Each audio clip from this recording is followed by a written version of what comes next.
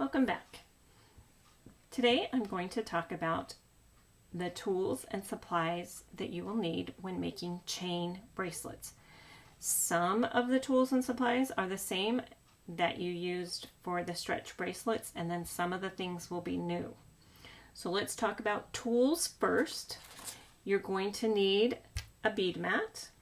You're going to need a measuring tape, a bracelet board if you have one, spoons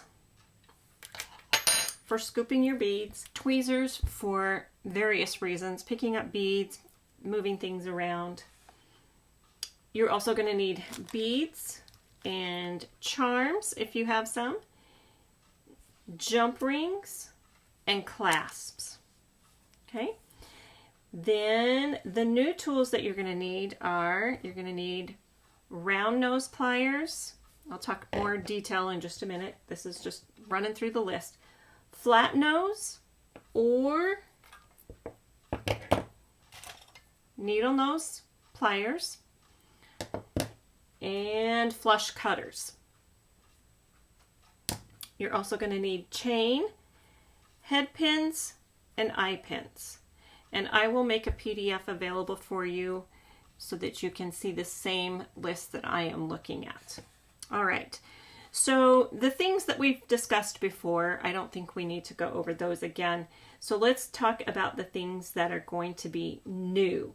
So chain is new for chain bracelets, and you can really buy chain in two different ways. You can buy it on a roll like this.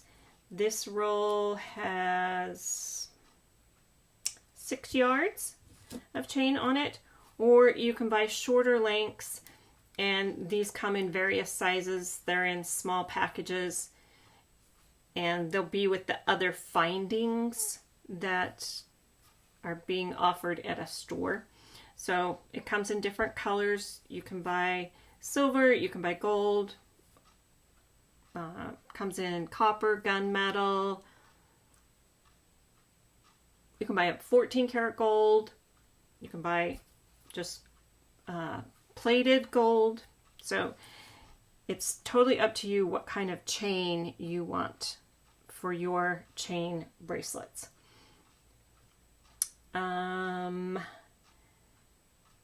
Head pins. This is a new topic. And if you're making your own charms, you're going to need head pins. And a head pin, it kind of looks like a straight pin for sewing, but it's slightly different. So it has this flat piece on one end, and then it's just cut flush on the other end. It's not pointy or sharp. Okay? And you're going to also need something called eye pins. My little label's coming up. So eye pins have a little circle at the end, and then they're flush on the other end. So they look a lot alike, but you can see the circle makes the difference, and so that is called an eye pin. Okay, and then these are head pins. And we've talked before about jump rings and clasps, but I just wanted to go over this one more time and make sure that this was crystal clear to everyone. So jump rings come in different sizes, and the smaller is better. So I like the 4mm, and typically if I can't get away with using the 4mm, then I will jump up to a 6mm. And this is what a 6mm looks like. And those are usually the only two sizes that I really use. I do have a new project idea, and it calls for larger jump rings, and so these are 7mm jump rings. And you will get to see that shortly. The other thing you need are clasps, and I like the lobster claw clasp, and they also come in different metals and in different sizes. And I wanted to just show you these different sizes. So this smallest one is a 10mm by 5mm. So they give you the dimensions, and one side is how long it is and the other one's how wide it is. And let's see, the smallest one is the 10 by 5. This next one is the 12 by 6. And then this larger one is 18 millimeters. So you can get them rather large if you want large ones. Okay? All right. I am going to stop the video and then I'm going to go over the pliers with you in just a second. Okay, I have cleared off my workspace and now you see the 3 kinds of pliers and a pair of flush cutters. So these 2 pliers are pretty standard pliers. They are smooth. Let's see if I can get that on the camera. They're smooth inside here, which means there's no serration or any kind of teeth inside of this. And that's really important when you're making jewelry. So I like these. These are called flat nose pliers, and the end here is just a little bit larger. These are called bent needle nose pliers. These can be helpful as well when you're making jewelry. Sometimes the bend helps them stay out of the way, and then the fine tip can get into corners and crevices where these can't. So if you can get a set, these were part of a set. These came from Harbor Freight, and I think I got 6 pairs for $6 or something like that. So not super expensive, and you just need to make sure that they have a smooth jaw, and I'll show you what a not smooth jaw looks like here in a minute. All right, the other thing that is vitally important for making jewelry are round nose pliers. Okay, and they have this cone shaped tip, and it is just almost impossible to not, no, let me say that again. It is impossible to make a round loop without these. For years, I tried to make a round loop with these kind of pliers and had 0 success. 0. And then I had a friend who told me to buy these kind of pliers and made a world of difference. So these are super important, and a lot of people don't know about the round nose pliers. The other thing you're going to need is something to cut wire with. I would recommend a flush cutter like you see here, and I will have links as to the brand name and where to buy it and all of that. So right now, just be listening and learning what these different tools are for. So a flush cutter is for cutting wire, and if you notice on the pliers when I close them, let me find my tweezers. There we go. So this has kind of a V shape on the blades when they come together. And on the back side, they're flush or smooth. Okay, so you want a pair like this that is flush. They're called flush cutters.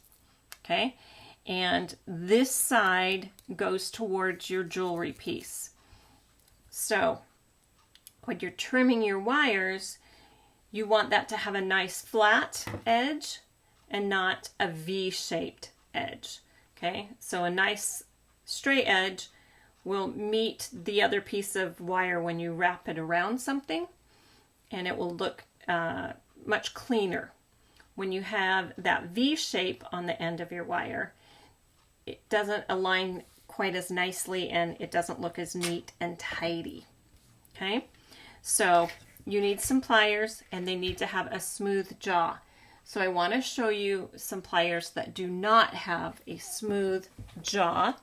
And lots of husbands tell their wives when the wife says, "I need some pliers," the husband says, "Oh, I have pliers, you don't need to buy any."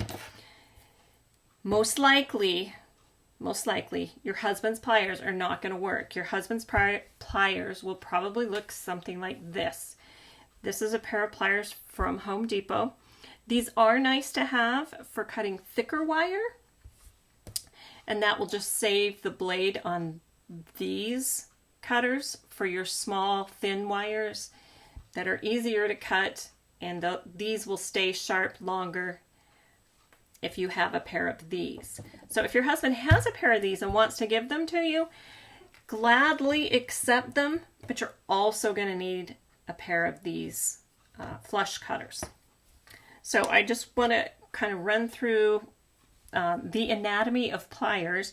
So this is where you can cut wire with these. Let me see if I can get that tipped. There you go. I think you can see that there. This part right here is the wire cutter. Now this does not have a smooth jaw. Can you hear that? That's got a serrated edge on it, and if you use this on your wires, you're going to scratch things up.